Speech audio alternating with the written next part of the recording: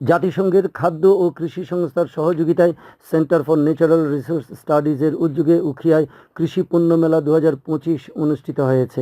গতকাল কৃষি সম্প্রসারণ অধিদপ্তরের সহযোগিতায় উপজেলার প্রত্যন্ত এলাকা হাতিমোড়ায় স্থানীয় কৃষকদের কৃষি পণ্য উৎপাদন বৃদ্ধি, বাজারজাতকরণে সংশ্লিষ্ট অংশগ্রহণকারীদের সাথে পেশাগত সম্পর্ক উন্নয়ন এবং স্থানীয় বাজার ব্যবস্থায় সংযোগ জোরদারকরণের লক্ষ্যে দিনব্যাপী এ মেলার আয়োজন করা হয়।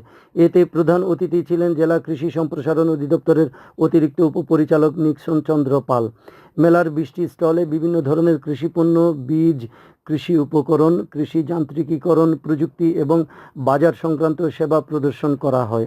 পরে মেলায় অংশগ্রহণকারী কৃষক পাইকারদের মধ্যে কুইজ প্রতিযোগিতায় বিজয়ীদের মাঝে কৃষি উপকরণ উপহার এবং অংশগ্রহণকারী প্রতিষ্ঠানগুলোকে সম্মাননা ক্রেস্ট প্রদান করা হয়।